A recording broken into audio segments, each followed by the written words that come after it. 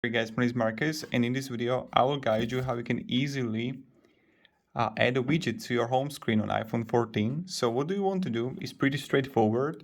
You want to hold somewhere where it's like empty space on your iPhone 14, like here. Everything is jiggle, right? So when everything is going to jiggle, you want to go to top left and you would see plus here. Click on a plus. And then you're gonna find all the widgets that you can add.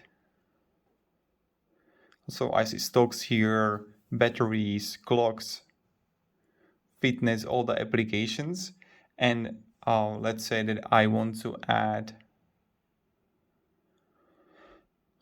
a battery, the status. And you can also choose like which one you actually want. So I'm going to choose this one.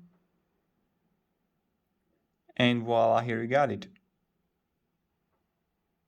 And then you would press like click here, and then you got it. So thank you very much guys for watching, and have a great day and goodbye. See ya.